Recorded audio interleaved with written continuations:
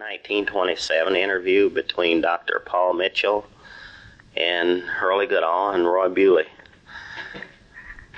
Okay. You said 1927. Did I say 1977? He was blind. Then wife and I decided where her children were. And we're quite happy out there. I like it primarily because the weather is so much better than the Midwest. I think last year when they were having this terrific winter throughout the United States, I don't think it got to 0 in Portland. It didn't get that low. Mm-hmm. So I like that kind of carrying on. Yeah, the environment out there is a lot better. Those people are aware and take care of it. Mm-hmm. Colorado. You know, it's a funny thing about the city of Portland, about 300,000, close to 400,000 people. About every year they rate real high as a city in suicides. More suicides there, I guess, than about any city in the United States, one of the highest. And I can't figure that out. I wonder why, you know. Because people make good money, they seem to be living well, and I don't know. Maybe there's some high point there. Could be. Tempting, huh? Yeah. Huh. I didn't realize that. Yeah. It's close to the ocean, isn't it? Maybe some of the days it's depressing. That. Well, it's not that close. I guess it's 100 miles. But quite a few people go up to Mount Hood, you know, mountains all around. In the Columbia River, people jump off about every day into that water. I can't figure that out. But it's, the suicide rate is very high. Are you working there or retired now? Yes, I'm retired. About the only thing I do each day. Grandkids and children pick us up. Most my wife and I are retired. Drives around different places, any place we want to go, you know. But most of the time I sit there and use my tape recorder and a radio and listen to records and talk a lot. Sometimes I write a little verse, which I like to do sometimes. How many children do you have out there? 4 children, and I forgot counting grandchildren. Must be 10 or 12, 14. How come they all to be in Portland? Well, it was my wife's second. I'm her second marriage. Well, her husband went out there, her first husband. Well, they separated. He went out there to work in the shipyards, and he took 2 or 3 of the children with him. I met her when I was in service in Greenwood, Mississippi, in the Army. And we, of course, the youngest child we kept with us. And she went to Ball State. In fact, she was working on a foreign language degree. And I think she went here for a year and a half. And I was just searching around. I was in college, just finished. Found out their foreign language department out there was better than one here. And she wanted to be with her sisters, brothers and sisters in that. So she went out there. So they made all 4 of them out there. Yeah. Did you go in the service out of high school? No. You graduated from Central in 1935. Yes. It was about 44 before I went in the service. What did you do after high school? Well, I went to CC camp. Oh, yeah. In Depression years, you know, 35. In fact, I finished school in June 35, I think. That fall and winter, I was in CC camp at Fort Benjamin Harrison. Stayed in there 6 to 8 months. Then, How did you get it? How did you get into that? You just apply for it? the CC camp. Yeah. Well, Or did you? we needed the money, one thing in the family. And at that time, of course, the CC camp was about the only way poor guys could get money, you know. Mm-hmm. So I went. I signed up. How much did they pay in CC camp? Do you remember? Something like $30 or $40 a month, something like that. When I first went in. Probably when we got out too. It wasn't any higher than that, I don't think.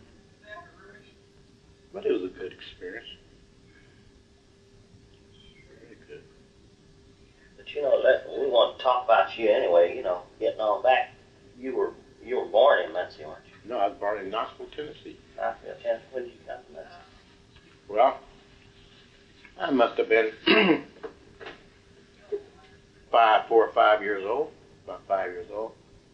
Came to Muncie, then we lived in Kokomo for a while. The family. I don't even remember my father. He passed, I guess. But he left when I was quite young. And my mother just kept us with her, and we came here, went to Kokomo, then back here. Then I went to school here. I went to school in Kokomo, just I guess first or second grade, something like that. Then the rest of my elementary, junior high, and high school was here in Muncie. And you were a pretty good football player in high school. I guess I'd be considered fairly good. I mean, you remember anything, you know, any interesting experiences, you know, when you were playing football at Muncie Central? Were there any other black players on that team that played? Well, Lawrence passed now. Lawrence Folks and I were I guess that we were on the starting 11. But Wesley Hall was playing at that time. He was playing on the line. And there were a few others scattered around on the second and third team, you know. I think we were about the regulars, about the top regular. What kind of team did you have? We had a state championship team. Yeah? Mm-hmm. We won the state championship in fall of '34. Your senior year. Yes. Mm-hmm. Mm-hmm. I was I didn't know. fortunate enough to make the winning touchdown, I guess. You know, we played Elwood, and they were a tough team. They always did have a tough team. Mm-hmm. And we beat them. Good morning. Good morning. Good morning. And, you know, when you guys went on road trips and all, did you run into any problems, you know, where you would stay and all? Well, most of the time we didn't stay overnight on any trips. But we did run into some problems. Well, I remember we went to South Bend. We were on the South Bend campus, on the Notre Dame campus. And we were eating lunch, or I was supposed to eat lunch. I was in line with my tray. And I noticed everybody kept passing me by, you know. They never did scoop me all up. So I go, what goes on here? What goes on here? And at that time, evidently hadn't, I don't think there were any blacks at Notre Dame. Well, there's very few. And they didn't really want to serve us. Didn't want to serve me. And that time, Coach Walt Fisher was the football coach. And I just yelled out, well, what's wrong, Walt? Are they going to serve? Yeah, our Coach Fisher. He said, well, if he don't serve you, he's not going to serve you. Well, Walt was like that. He was. Yeah, so he went back and huddled with some of them, and they opened up and served Wes and Lawrence and me and whoever, other black people. They had decided they weren't going to serve us right there in Notre Dame. I've heard some pretty good stories about Walt Fisher as a coach. He used to earn a lot of respect in Muncie. Oh yes, he was a nice guy. I liked Walt a lot. Very much. Did he keep friction between blacks and whites at a minimum on that? Yeah, he did, because he was so darn big and burly. He's afraid to do anything. That if he said no, he'd hit you across the head with his fist. You know, you have your helmet on. Many times we've been, for instance, a lot of times I get mixed up on a play or something in practice, you know. He said, "Darn it, Buley, bang!" And your head was ringing. Well, he did everybody, not only me, everybody. If we messed up plays or anything like, he was just that type of guy. And in his time other than coaching, he would do some professional wrestling around too. So he was a rough guy. But all the guys liked him. They liked him a lot. He was fair with you, you know. He was real fair. But would you say then you didn't have too much problems with your teammates? No, not at all. Okay, now you came out of high school. I know a little bit about, knowing you a long time, so I'll try to lead you through some of this, and then we'll get to talk about some other things. Right. When you came out of high school, then you went to CC camp, and you went into service. You came out, and how did you end up at Wilberforce? Well, when I went in service, when I first went in, the GI Bill was provided to only servicemen who was interrupted, whose college had been interrupted. If they, had a year or so, the GI Bill would pay for the rest of their service. But when I went in service, I hadn't been to college. When did you go in? In it was against 45. 45? 45, yes. And I'd go to movies and see football games and everything like that. Then Harry Evans, who lives here now, Harry's retired from the post office. I guess Harry's in his 70s now. Harry had attended Wilberforce University and had played basketball there. He was quite a basketball player. And he'd get us together and he'd talk about basketball. He'd show us how to dribble and all that stuff. And I just made my mind. I wanted to go to college. I just wanted to go, and I wanted to go to Wilberforce. Well, like I said, in service, they were only giving fellows who had interrupted their college the chance to get any kind of financial reward. Then, when I was in about a year and a half, about a year, they decided to let anyone who was in service go to college after they got out. And that was happy for me. I knew I would have, I know we couldn't pay for, my mother couldn't pay for me going to college. Then I found that, after I found that I would be able to go, I was very happy to Wilberforce. And at that time it was Wilberforce State. There was the state college. There were two campuses on Wilberforce, the Wilberforce University and Wilberforce State. Wilberforce University was funded by the AME Church, African Methodist Church, and of course the state part was the state of Ohio. So I entered into Central State. It is now. It's Central State University. It was Central State College then. And very, very lovely 4 years there. I enjoyed it. You played football up there? No, I really didn't play. I thought we went up there to see you play. No, I went out for the team up there. And in fact, I went out for the team, and I think I possibly would have made it. But their equipment was poor, very, very poor. And they gave me some shoes that I don't know what happened to them. Anyhow, they didn't fit, and it broke my arch support down. My arch just popped, and I'd go out for the team. I'd try to play, and that foot was gone. I had to keep it bandaged and everything, and so I just dropped out of the football team, and just I said, I couldn't play football and get my lessons anyhow.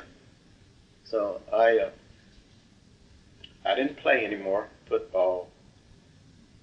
Well, I didn't play at all. I wouldn't go out for the team any longer. I just forgot about football. Finished. What things did you study there? What did you major in? Well, at Central State, I majored in health and physical education. got a BS in health, physical education. So when did you graduate? 1951. 51. And then you came back, and then you played pro football with the Marhofer. Yes, I played semi-pro. Yeah. Semi-pro stuff here. That's why I was thinking you played Yes. silence. When you came back there, I remember them games in McCullough Park. Yes, right. Yes, I used to play with that bunch. That was a nice bunch You of guys. guys hitting each other clear up there and fighting. Yeah, that was a kind of tough team. You know, it was tough. They had Marhofer sponsored a team? Or I don't think Marhofer sponsored it. They had a number of people in the community, I think, that put in a little money to get our uniforms. Marhofer was one of them. And Craner's. It was Keener's and Marhofer. Yeah, it was Keener's. Craner's Coal Yard. They helped. I don't know all the people that that really helped in it, but they put the games, put the team, and we played fairly good. Yeah, Who did you play? What?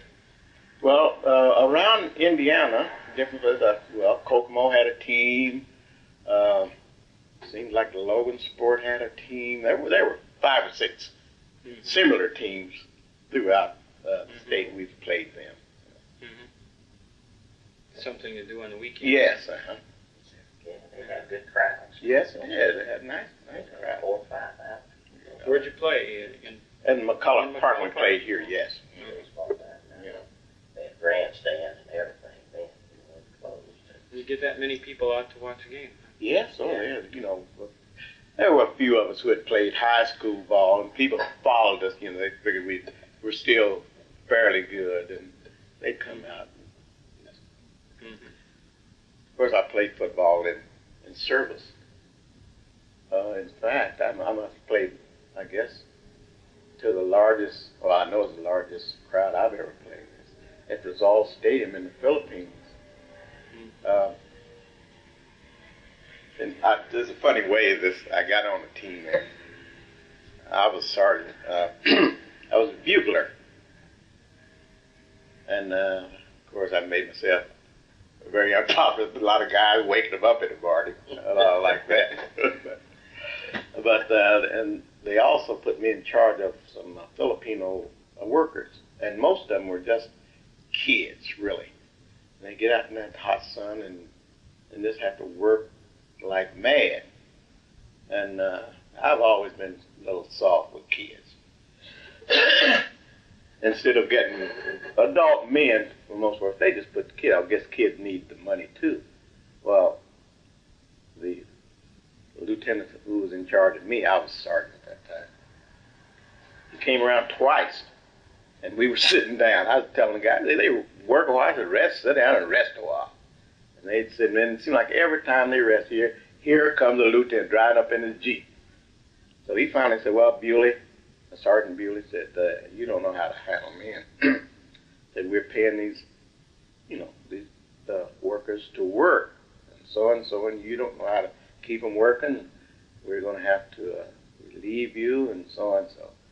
Well, in the meanwhile, at the Special Service Office, the lieutenant who was in charge of Special Service knew that I had played some football in high school and semi-pro, so he'd been trying to get me to come out for the team. Well, I figured I'd get him too old for that. I said, no, I don't think so. Well, after the lieutenant said he was going to take my stripes and put me at another position, I knew it was going to be worse than that. When I went back at noon, I went up to the office. And I said, well, I think I'll try out for your team. And I told him, I said, now, the lieutenant, I told him who the lieutenant was. I said, now, he's going to take my stripes. I want you to freeze my stripes if it's possible for you to do it. I said, now, if I make the team, I'd like to keep my stripes. If I don't make the team, they can take them if they want to. Well, I'd made up in my mind I was going to make that team. And they had, that time, the guys who had played pro football. I was trying to think of the guy who, he was a Chicago Bear, Chicago Cardinal pro, who was coaching our team. I can't think of his name. I have it. In fact, I have some of the brochures and things in Portland that I let the grandkids look at once in a while. And so I went out for the team, and I made it. We'd practice twice a day.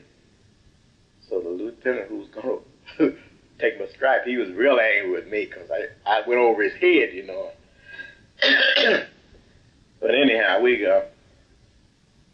won the championship of the Philippines and went to Japan to play for the championship of the Pacific. And we lost to the 11th Airborne Division. They had a tough team. And it was there we played in Kyoto, Japan, and I think three of our games were in Tokyo. And we played, of course, in the Philippine Islands, the Rizal Stadium. But it was a good experience. So you played football when you were in the service then? Yes. Yeah. Yeah, okay, now, after you come out, you went to Wilberforce, and then what did you do? I mean, did you go right to the YMCA? No, college? Let me get this straight. I worked at the Colonial Bakery here for a number of years. Colonial Bakery, I worked at the Muncie Trade School. In fact, I worked in Muncie Trade. That was before I went in service. I was working in Muncie Trade School when I went in service. What did you do at trade school? Janitor. At Colonial Bakery, was that also before then? Yes, that was before. Still in the 30s then? Yes. When you came back? Right. So when you came back with a college degree, why did you come back to Muncie? Well, while I was going to Central State Workforce, I'd come here during the summer because I live here, and I would work in the Y. I'd work just for an extra work, you know, work on the playground. At that time, H.A. Pettyjohn was here, who was a dynamic secretary. Is it the downtown one you're talking about No, now? this was the branch. Oh, this was the branch one Yes. at Madison Street? Madison Street, Y, yeah. I worked under Pettyjohn was general secretary at the main branch, and I worked on the playground. Worked with the city recreation department. They had a little recreation program on our playground at the Y, and I was doing both, working in the Y and working on the playground also. And Tyson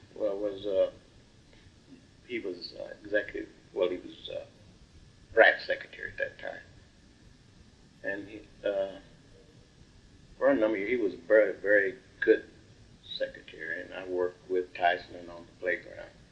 And when Tyson left and went to Wisconsin, he took another job there. I had a chance to just take his place as secretary there. He thought I was good enough, and the general secretary thought I was well enough prepared. Of course, I had to work on my certification and go to college and work on my master's and certification and everything together. So I stuck right there until I was transferred 6-7 years later to Evanston YMCA. So you were here until what, about 50? I left here in 62. In 62. And you've been at the Y all that time? Yes, ever since I finished college. You left in 62 to go up to Evanston? Right. And I was there until 73. What were you doing there? Well, I ran a branch of YMCA, the Emerson Street branch YMCA. It had a lot more facilities. Of course, we had a full facility YMCA. It had a swimming pool, nursery, 18 sleeping rooms, swimming pool, cafeteria. It was a nice YMCA. It was an old YMCA, but it was a nice YMCA. And it was primarily for blacks. It was in the black section of Evanston. And in fact, I got into it with the board members when I got there. Fellow who was chairman of the board said, "Well, Buley, I just want to tell you what we want here." So he said, "Now, 8 or 10 years ago, this was a top-notch place of Evanston. All the parties were held here. Everything was right here. I said, well, I said, I'm just going to lay it on the line. And I looked over it, and I read a lot about the Emerson YMCA. I said, but you should know now that Evanston at that time, in fact, they couldn't stay on the students at Northwestern, or Northwestern's in Evanston, of course. The students had to come to the Emerson Street YMCA for sleeping rooms. They couldn't sleep on the campus at Northwestern. And well, everything did go right around Emerson, all the black things and parties and everything there, because that's the only place they could go. I said, well, it's not like that here now. You can go any place in Evanston you want to go, you know. And I said, first place, this building is old, it's quite old, it needs work, and I don't think the Central Branch is going to soak, you know, $500,000 in here, which would take to get it into good, you know, just general order. I said, even if they did that, it would still be a building that is out of date, you know. Now, well, they argued with me hard like for us. I said, well, that's the way I feel about it. I said, I'm going to do the best I can. I'm going to try to be a good secretary here, but I'm not going back 15 or 20 years. I'm going to try to run a program. And that's what I did until, I guess I was there about 3 years, and they decided to integrate the YMCA with the Central Branch and the Emerson Branch. Before that time, the Central Branch had sleeping, they had about 5 or 6 stories, a beautiful sleeping room, everything like that. But if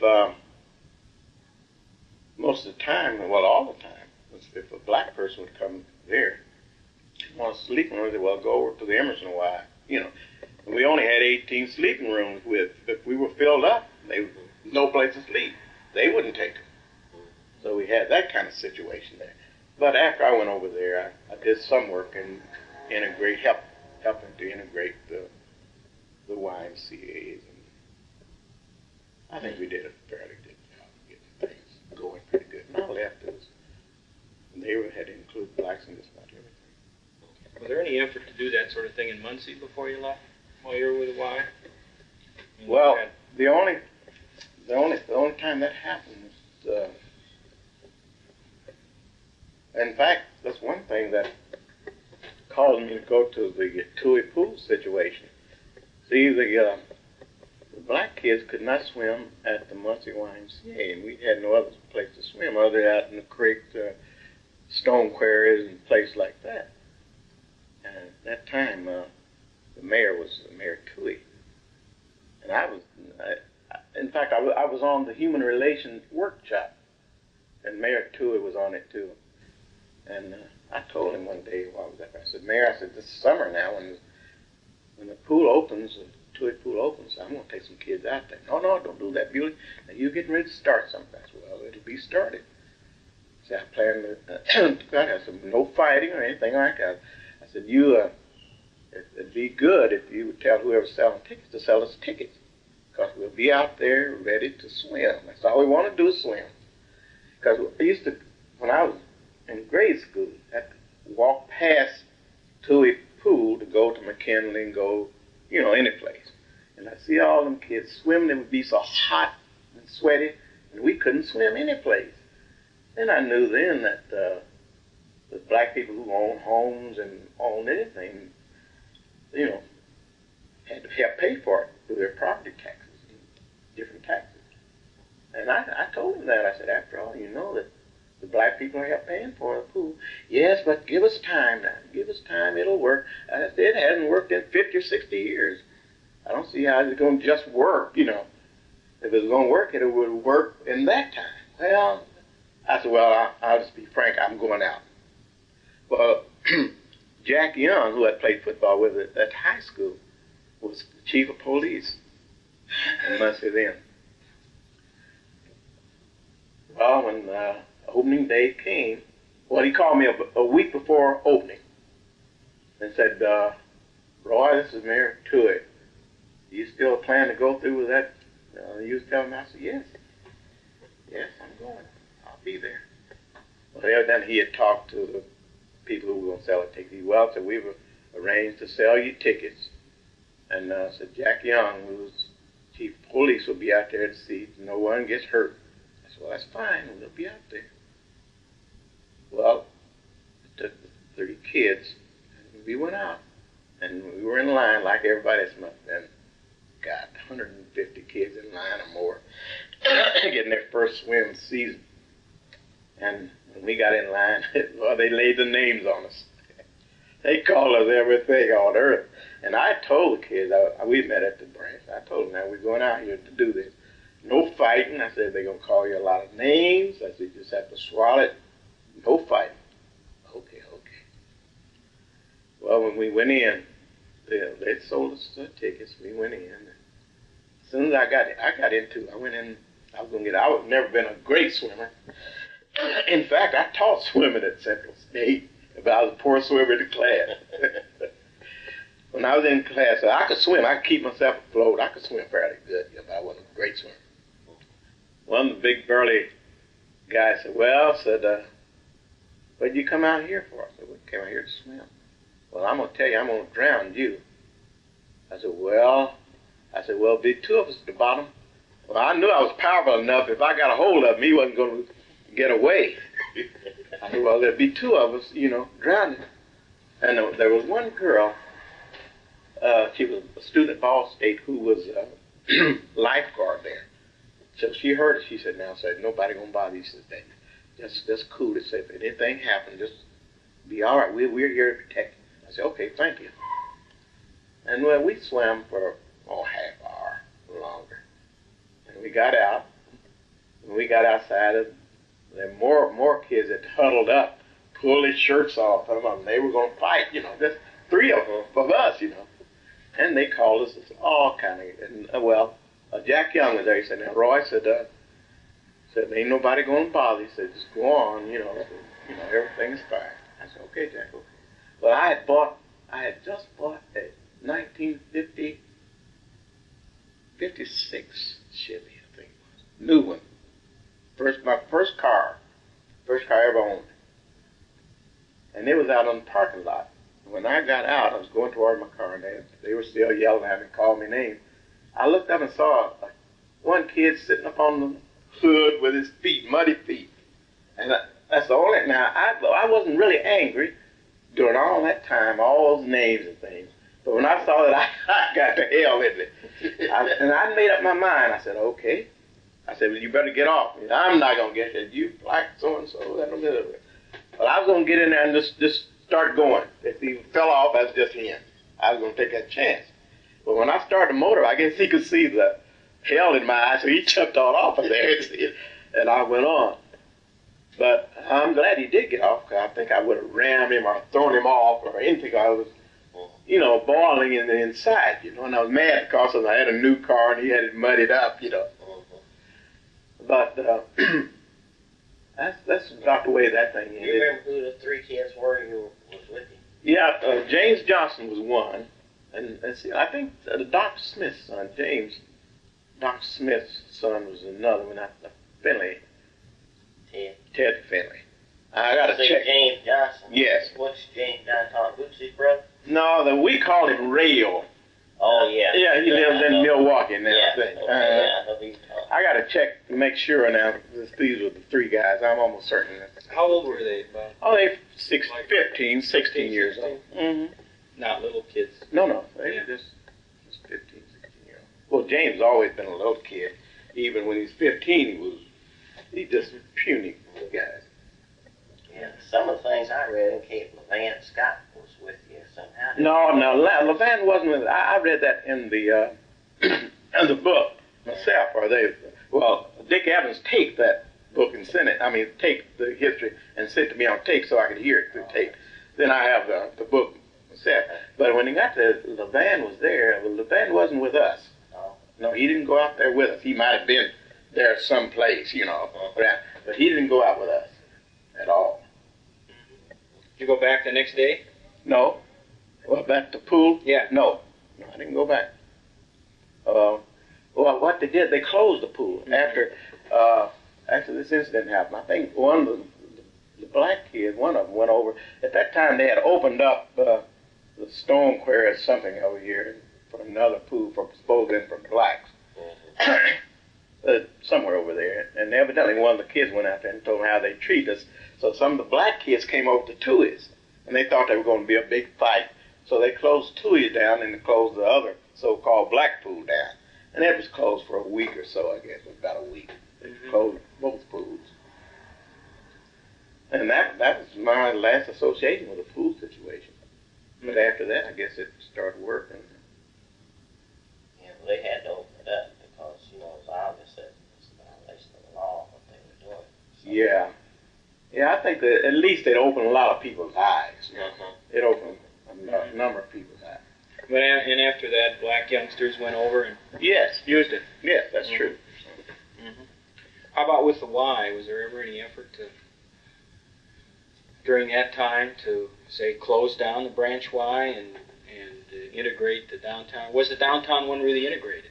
No, it wasn't. It was not integrated at all. No, not then, not that time.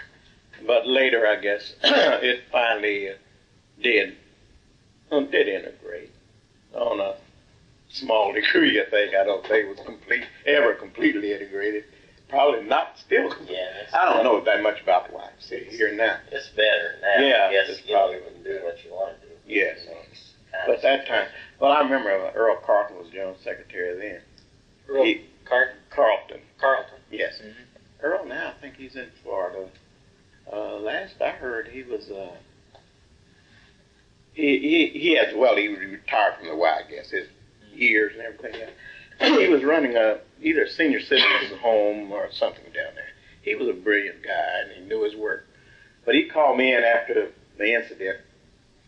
He said, "Well, Roy," said, "I just wanted to tell you what the board members think about you going out to it."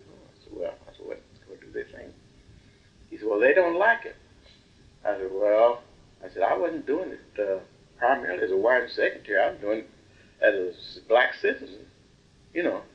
And, well, Carl made me kind of angry, and I knew he was giving me what the board members thought and all like that, which was good. I said, "Well, I don't care what they think." I said, "You're the boss. If you want to fire me, fine. I'll go." You know, "No, I'm not talking about firing, but I want you to know what people are thinking." I said, "Well, a lot of people had told me it's fine that I did it. You know, they're on my side. Well, they're not board members. You work with the board members."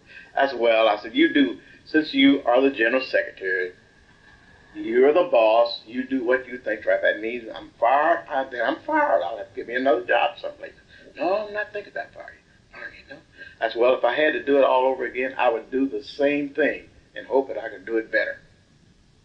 And I talked with Carl for a while, and I went on. That's the only thing I heard from him about that. Well, they had to respect you for doing it, you know. At that particular time, it was a lot harder than a lot of people realized. Yes, You know, it was a difficult thing. It was quite difficult. But then when I got home, I got a number of crank calls. And one thing that made me real warm, this same car that I had, I never roll my windows up in a car. You know, I usually just get out of the car and go on in. And I came out to go someplace, and there were a couple of cigarette butts laying on my back seat, just smoking up a breeze. Somebody had passed by, just flipped them in there, you know. And, well, I put them out. But it wasn't anything too serious other than that happened.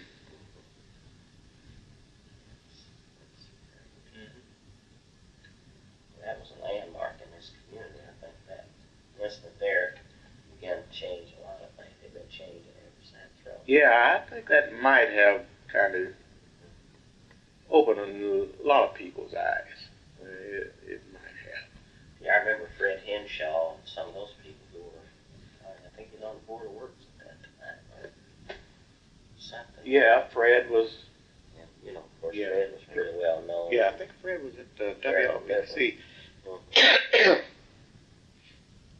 Bob Barnett was course, Bob had known me through my high school football antics. Of all the foul stuff I heard over the phone, Bob called up. He said, "This is Bob Barnett, Buley." He said, but Bob always protects himself, you know. He didn't say you did a good job or nothing like that. But whatever he said was something better than what I'd been hearing. I forget what it was now. Something like keep up the work or something. But, you know, I could tell that it was a little more pleasant than what I'd been hearing. Mm-hmm. And getting back to that football team, was that also that was before you went into service then that you played? Yes, that was that semi-pro team around here. Yes. Now those years I got to kind of get together. I'm not certain, but I'm certain it was before I went in. Mm-hmm. Because after I got out of graduated from Central High in '35, and I didn't go to college until '46, '47. Yeah. And of course, during that time, I was in service and played them. I think the Muncie Boosters was the name of that team. Yeah, something like that. Yeah, the Boosters. I think it was the Muncie Boosters. Boosters. I think that was the name. Yeah, I remember them Jets, all them built on. Yeah. I remember seeing them as a kid down there playing. Mm-hmm. We all want to be out there. Guys hit the ground, man. Dust fly. Oh, 5 minutes. Oh, we were playing out, and that McCullough Park was rough then. Yeah. Hard ground, very little grass. Was that an integrated team? Yes, it was integrated. Mm-hmm. Who else? Do you remember some of the other people who played? Well, the Craner boys, Fred Craner, and I think his brother's name was Bob. The Craner boys played on that team. God, I can't think of other guys that played. But it was integrated. It wasn't integrated. Yeah. I remember, what's his name? It was just about next door to you. Kind of think it was Harvey Scott. Oh, Harvey Scott talking about a kind of sandlot football team that he played on, but that was probably a number of years earlier. Yeah, probably so. Were there any sandlot teams around still in the 30s? I don't remember any. It might have been. Like Congerville Flyers. Yeah, he was talking about some Congerville team. Yeah, the Grizzlies he played for. He said they used to go out there and beat each other up too. Yeah. Sounded to me like what they really wanted was a fight, and they just used the ball together to keep some order to it. Right. I don't think I remember Harvey Scott, but he was a good saxophone player. He was playing on a jazz band around here. He was a good saxophone player. Uh-huh. What about some of the other people you went to school with? Any ones that stand out in your mind? Well, I think Marshall Birch. I think of some of the guys that I figure were great guys. Marshall Birch. I think Marshall's in someplace in Illinois now. He was a top-notcher on. Well, I think he was an A student, one thing. And, of course, Holiday. I think Ernest Holiday is dead now. Jack Young. Why don't you go one at a time? Yeah, these are. You can tell brother if you know whether they're dead or not, and what they did and all. No, Holiday. He wasn't policeman. Ernest. No, I don't think Ernest was. I think he was on the. Jack Young was the one that ended up as chief of police. I'm thinking about Nellie Donegan, Cliff Donegan. That's why I got it in my head. No, Cliff was a little ahead of us. Most were in, black people. Of course, like I say, after school's out, they went to their community, we went to ours, but while we were in school, we had a good time together. Mm-hmm. Oh, they had a couple of clubs. Let's see, what's the name of the club? One with Blue Bonnet or whatever. Some clubs, it was all lily white in there, but most of the other clubs, they were integrated. They had the Carver Glee Club. I was assistant director of that under Glenn Steepleton. That's all black group. No, I don't think. But most other things were integrated. I think some of their foreign language classes were white only. There may have been a few spotted clubs around the school that they weren't integrated. Do you remember any incidents while you were in high school, or that involved friction between whites and blacks, or? No, I don't. Really? No, I don't. I think, as a rule, the high school was friction-free, racial friction anyhow, in the school there. Just didn't happen. Did you feel encouraged by the school to go on, or were there any differences in what students took, what kind of course of study they followed? Did they? Well, in most of the counselors would tell you, practically, I guess, at that time, at least they thought it was practical. Like if I said, well, I'd like to be a lawyer, I didn't say that, but if I would have, chances are they say, well, now listen to you, I think your best bet is try to be a teacher. There's more black teachers, very few black lawyers, you have a better chance of getting a job. They didn't put you to the thing like electronics and things like that Negroes weren't involved in too much then. They tried to keep you on the level where the greater number of Negroes were being employed. And if you talk to counsel, they try to keep you down there instead of, you say, if you want to be a doctor or something like that, they wouldn't encourage you. They say, your best bet, I think, would be to, so. Are there any particular teachers you really remember, as you went through the Muncie school system? Yes. Really helped you? Right. Mrs. Wade was one. She taught English. I think everybody thought a lot of Mrs. Wade. And what, did you go to Longfellow? Yeah. Yeah, I went to Longfellow. I never forget Longfellow. This is a little incident. I guess it kind of stuck in my memory. Mr. Yates was up there at that time. I think about all the guys around here went under Mr. Yates. Old heads until he retired. I remember in the bathrooms down there, they had these one papers, pull out one at a time, toilet tissue. And they had the doors it didn't have a door on the toilet. So at our house, we lucky to have just regular reading paper, anything for toilet paper. We use anything. So I was in here using the bathroom and I was pulling this paper. I was just, I was going to town. That's something I never did before. I enjoyed it. So Mr. Yates, I could tell Mr. Yates' voice. He said, who's in there? I said, this is Roy Buell, Mr. Yates. Mr. Yates got up from his toilet, come around there. He said, Roy, I want you to count every sheet of paper in your hand.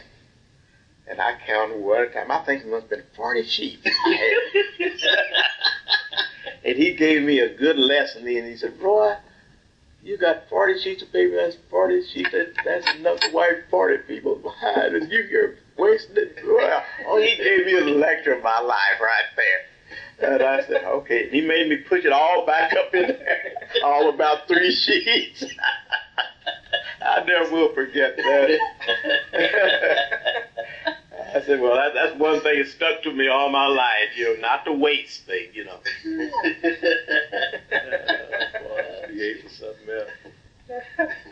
How many kids were there in your family? Well, there were 6 of them in the family, 3 boys and 3 girls. And 3 living. Did you all go through high school? No, my youngest sister and I don't want to finish high school. Where did you figure in? Were you the oldest, or were you not the youngest boy? You were the youngest boy. Mm-hmm. And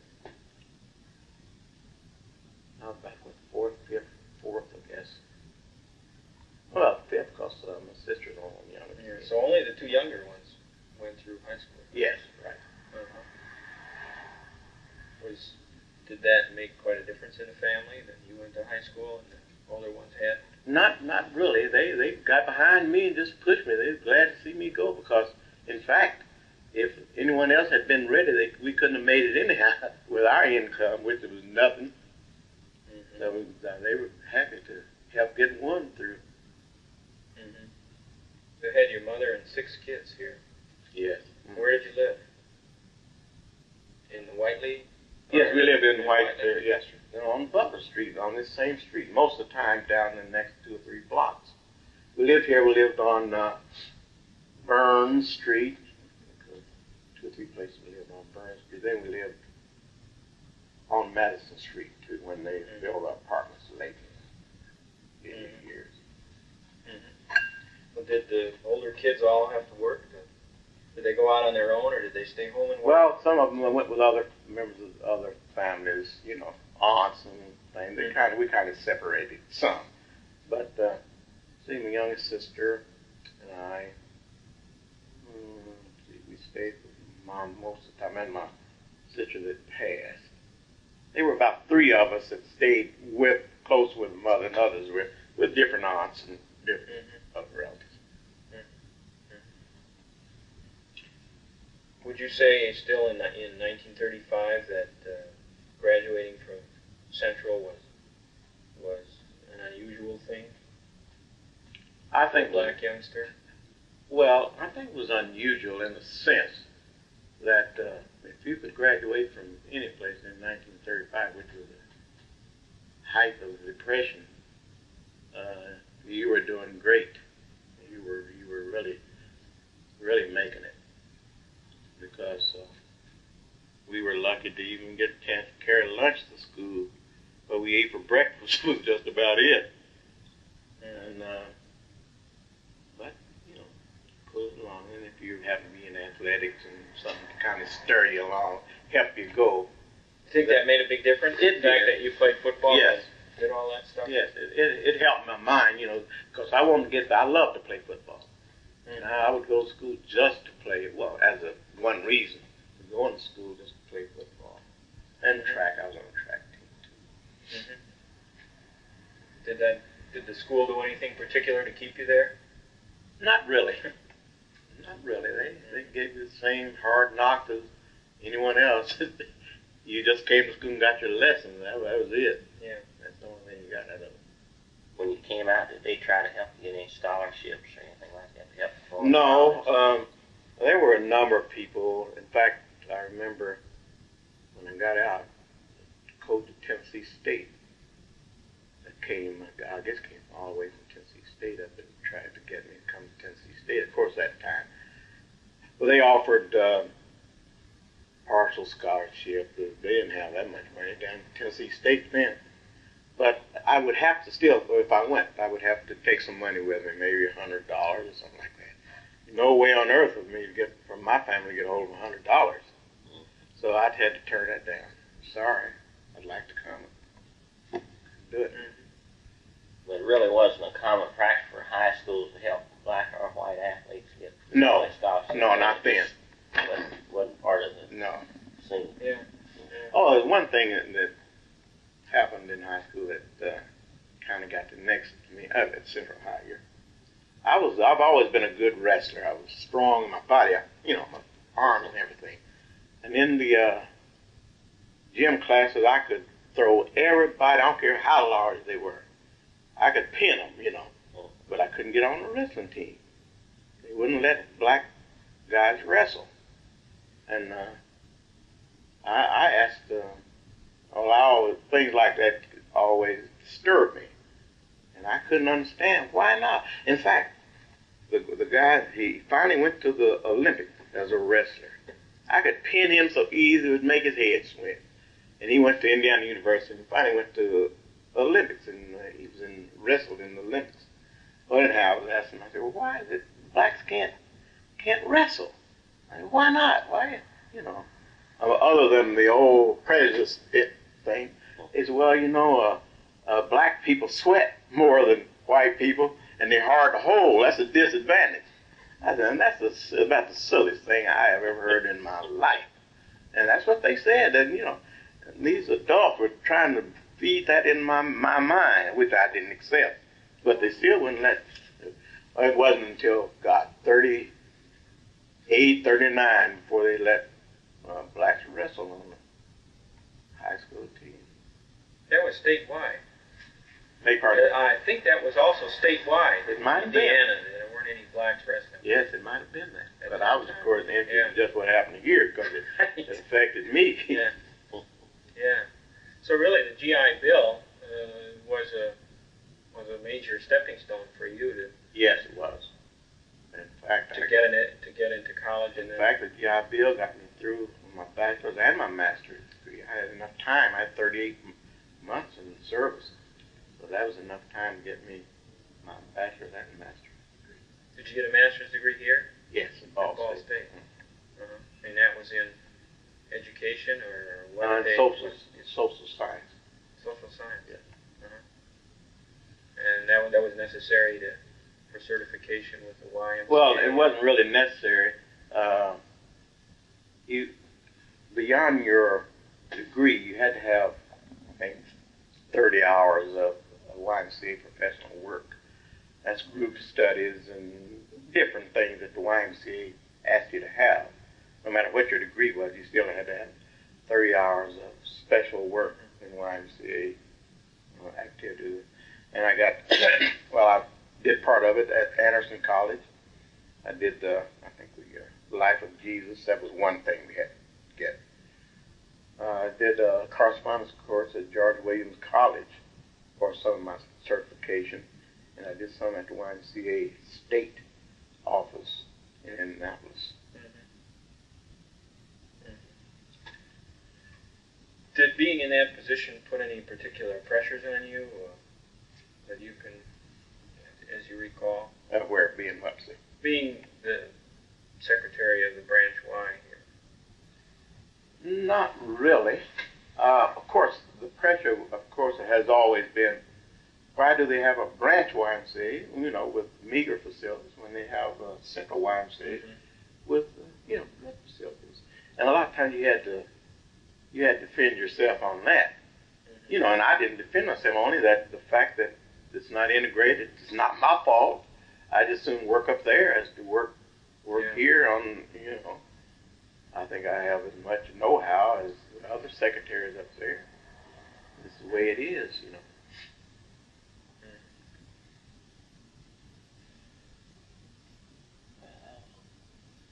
Can't think of too many other things to ask you, Rob. No, appreciate I didn't give you much information, but you'd be surprised. That's about all I can. Yeah. Well, you had a very interesting life. You really had an impact on this community anyway. Well, I think it's significant. I've always enjoyed people, and always try to do the best I can. Oh, and that autobiography, I'll have to get back to Portland and have Irma to help me get all that stuff together. I want to write up, and you leave me your address. Okay. Yeah. And when I get it completed and typed up, I'll send you a copy of it. Okay. Good deal. Last time we'd like to have an autobiography because a lot of people, particularly college kids, come out there at Buley Center and they want to know Buley Center. Who was Roy Buley? Why was this named after him? And really, even young black youngsters, need to know. And I was telling Hilda they should make up sometime. They usually have a program brochure. It would be nice to have something about, Roy and his background and, of course, the history of the center, when it was built, and those type of things. They dovetail nicely together. So he promised me he would do it. Yeah, it's something for me to work on. Yeah, well, that's keep me from laying on my couch too much before the basketball season starts. Trailblazers out there now. You got Oh, God. They still talking about it. Important will be for them until somebody else wins the championship again. Of course, they're saying they're going to win the second one, like the Boston Celtics. Yeah, if they keep walking, Yeah, well, if they can keep him healthy, he'll be a big boost. Yeah, mentally. Yeah, right. All right. That Branch Y increased over the time while you were there. It increased, but not to any great extent, because usually in the YMCA they fund you on what you can raise. For instance, in your membership drive, they say, well, you only raised $800, so that's about. We can't give you an increase because you didn't raise that much money. Well, we didn't have any facilities that we could use to really get any money. Say, well, we've got the swimming pool, we've got so-and-so. We just had to give pittance type of facilities, and they give you a pittance back. That's about the only thing you can expect. What kind of facilities did you have there? Oh, At the Y. At the Y here? Yeah. Well, the only thing I had here was, in fact, it was an army barrack that Howard settled. And I think Ambrose, his brother, who is dead now, but Howard is still living. Howard, it'd be nice to talk to Howard about how he built that. I know I passed by there when they were building, getting that thing together. It's just one large room, and they had two little offices, a little library and a little office together. And we played pool and a little ping pong in this one room here. And the kid, and when I was there, I would have dances there, I'd have bake sales. I just tried to do as many things as possible in this one building here. And then, of course, had a nice outside that we used for movies and during the summer. And I tried to keep it, the corner alive more than anything else. And it worked real good. I talk to kids now. They're not kids anymore. They're grown people. They say, well, the best time I ever had in my life was at Emerson Y. You know, inside and outside. Just something that seemed to go all the time. Of course, that was before the dope thing really got a big hold. I doubt if I'd been half as effective if I'd been in that dope situation like going on now or like it was in the 60s. Mm-hmm. So you didn't have a basketball floor or no, any of that? No, we had a basketball hoop outside mm-hmm. that we would use, and even with that, we would get our little team. We had a team, however, and we'd go up to Wilberforce, and we played the fraternal teams up there. Mm-hmm. Traveled to Anderson, Richmond, and played centers. So I kept them moving. And we had an educational, what I call educational tours. I toured the kids to Wilberforce, since that was my alma mater. And I wanted to get the black side of things, you know, how black teachers, how black students on the campus work, in case they wanted to go to that school. We went to Wilberforce. We went to Tennessee State.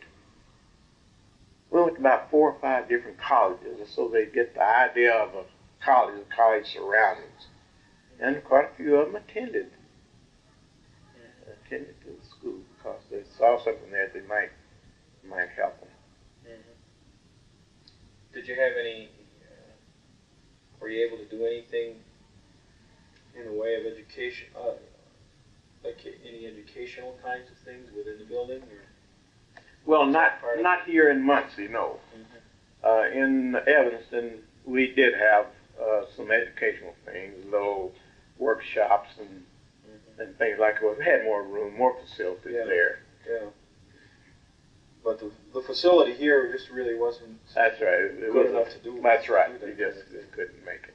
Of course, we used. I would use the churches, some of the churches, and the Park Lodge. We'd come out here. Sometime I'd come out to the Park Lodge. It's still down there, by the way. At 3 o'clock in the afternoon, and make a fire. And stay there from 3 o'clock until 9 o'clock with the kids, trying to get that place warm so they could dance in there. Then I stayed from 3 o'clock until 12 o'clock. Where was this? At the Park Lodge. On Color Park. Yeah. Because that place was an open, you know. Oh, God, it was cold in there. Yeah. And what we burned was just wood, you know, and it take that kind of wood a long time to heat that place up. All the people going up the chimney. Well, that's right. And a lot of times I'd be there myself, just making fires and putting wood on there until, if the dance would start at 9 o'clock, I'd be there from 3 or 4 o'clock until the kids came. Then they danced 3 hours. So sometimes I'd be there from 3 o'clock until 12 midnight. But I did it. I wanted to have some fun, and they did have. We didn't hardly ever had any fights or anything like that. And the kids enjoyed themselves, so I figured it was a plus. What about your camp program at why. Did they ever tell you why, you know, they wouldn't let black youngsters go to Camp Cross? Well, they never did tell us why. They never did. Well, the only thing they said, well, you have a good camp at Camp Flat Rock, you know, even though it wasn't the Muncie YMCA camp. They said, well, you know, you have a good camp at Camp Flat Rock, and the black campers will be going there, you know.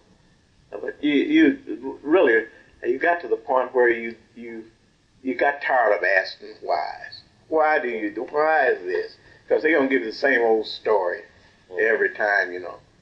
And two, a lot of times I believe in the black pride and stuff like that too. And Camp Flat Rock did have a beautiful camp. They put a lot of money in it.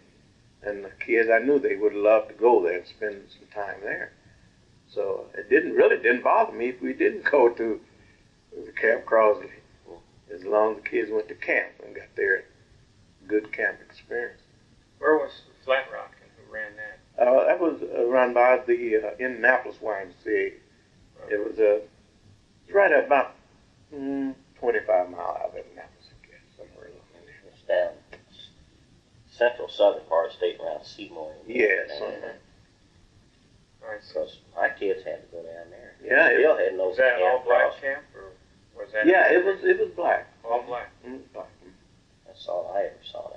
Yeah, I don't think I saw black kids. Did quite a few kids go? Or? Oh yes, yeah, it was filled. They had how many From sessions a year? From here, Yeah. they usually we Were would they usually go from here? yes, we usually take at that time must have been 70 or 80 kids, and they had a number of sessions. Well, kids from Indianapolis went, and quite a few of the Gary, all around Indiana. They would go to Flat Rock because they liked Flat Rock. It was a good camp. They had the staff was integrated. They had an integrated staff, black and white staff, and they were real good YMCA people. Did you ever have any thoughts about, you know, Pettijohn or Carlton or people who run it here, you know? Was it just the times that created the separation of the branch and the central Y, or do you feel there were some individuals involved that really weren't ready to make that Well, I move? think it was the time. It's like the integration process in America, period. It is that time element, you know. But now H.A. Pettijohn, I thought he was a great YMCA secretary because he used to teach us Bible study in the school. I thought that was great. He'd come out to the school and give you little stars. And in fact, my background in the Bible I got from H.A. Pettijohn. Of course, he was a good Christian man, and he was a good YMCA secretary. But the thing still remained. There was a separation between the central branch and the branch down on Madison Street. And Carlton was a nice guy, but there's still that separation. These guys were brilliant people. They had YMCA know-how. There's no question about that. But it was kind of hard to forgive them for not working harder toward the integration process. Yeah, I don't know whether you know it or not, Rob, but, you know, the story is, and I think it's pretty accurate, that before Pettijohn died, that he had a lot of regrets about not, you know, doing something about some of those situations that he could have and should have done. Because I remember, I guess it must have been right after World War II, and we had a basketball team at the Malvern. We wanted to enter the Industrial League. Of course, we played softball, you know, Tommy Wilson, Nate Harris, Shaq Wright, all of us had a softball team, and we were in the Industrial League, and then they played their games at the Central Y. And so I was the manager of the team, so I just went down and announced a meeting in the paper for the basketball league. I went down, sat in the meeting, told them, yeah, we wanted to get the team in and all, you know. They looked at me kind of funny and everything, but they didn't say anything that night, and that was Moulton Fulmer, Carton, them guys down there. Right. And where they made the mistake, they sent a letter out there to the plant and told them that, you know, they couldn't accept our team because blacks weren't allowed to play in that gymnasium up there. If they had said it, wouldn't have been able to do much, but they typed that letter and sent it out there, and old Ralph Whitinger was real active in the United Way then. Mm-hmm. And let's see, what's the guy named Cavalt's Dairy? He was president of the board. Mm-hmm. It's a real funny name. I can't think. Anyway, I went around to all the doors in White and knocked on the doors and told the people not to take Cavalt's milk no more. That's about like you, right? And and even went to the plant and told the guy the year before the Malvo had pledged $22,000 to United Way. And when we went around that plant and came back, that donation dropped to about $5,000 that next year. That's right. And they about had a fit about that. But it was a couple of years later that they opened the gym facilities up, at least for the indoor. Yeah, for the leagues, yeah. You could play as long as you're in a league. Yeah, something like that. They started that first. That was always the first thing. Yeah. Just play and get on out. Don't hang around. Just get your basketball over and leave the building. Yeah. Well, the board members then must have been pretty strongly committed to keeping it segregated. Well, that's what the secretaries, the general secretaries always say. That's the board members. Of course, then you get to a board member, and they'll hunt it back and, well, after all, I'm not the secretary, So one is playing against the other. That's the type thing they gave you. Mm-hmm. Do you, this would of course be speculation, but would you imagine that had a secretary tried to make that happen and started to push for it, that he would have been given a free hand to do so? No, I don't think he would have. I think the board had their responsibility in keeping it down. Because, again, the time wasn't right. It was going all over the United States. Yeah. The whole thing was going all over the United States. It would be different if there was an integrated thing in Indianapolis or Fort Wayne, which there wasn't. It was about the same type of situation going on there as it was here. So, but if it had been different, maybe the secretary could have stuck his neck out. Then that was their job. They said, well, heck, if we get out here, I'll get fired, and I got a family, and so on. So they were practical. I didn't agree with them, but I guess they did some practical things. Mm-hmm. Well, now, just looking back over the years you were there and the years that it existed, how would you assess the contribution of the Branch Y to the black community of Muncie? I think it made quite a contribution. First place, it was a focal point for the community here. In fact, really, there was no other place for them to go to have a little fun, a little social life. It was it, and just everything revolved right around the Branch YMCA. Just like it was when I went to Evanston. But only thing, things had changed in Evanston when I got there, but they still want to go back and revolve everything around the center. Now, that would be the same as starting the branch over there on Madison Street now and putting everything right together when they can go just about any place and do just about anything they want to in Muncie now, with a few exceptions, I guess. But it's so much different than it was 20, 30 years ago. Mm-hmm. What kind of an impact with a limited facility and not too much, that you could offer? What kind of an impact did it have on the youngsters over the long haul? Well, Well, the youngsters,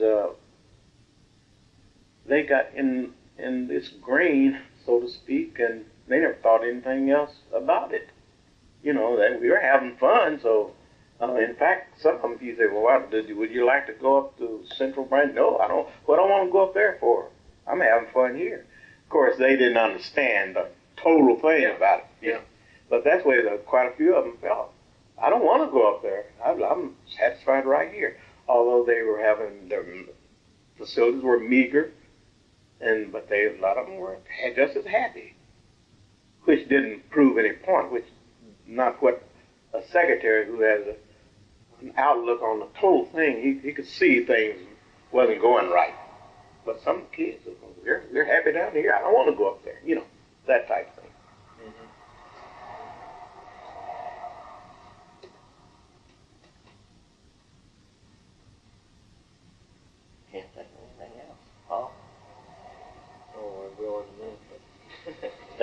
Or in an hour, I suppose.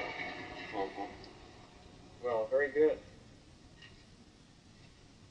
I don't know, sometimes I can be at home and just sleep, laying down, resting, and a lot of things pass through my mind that I think of. I can't think of them now. It's always that way. Yeah, But you'd be surprised, you know, how much information. I didn't think I'd be able to recall as much stuff as I have already. We were lucky, you know, to get here because you won't tell when you get back this way again. Yeah, that's true. I won't be back next year. I usually like come every year. I'll probably send my wife next year to visit. But I know you'd be interested for Paul to talk to. Oh, yes, it's good.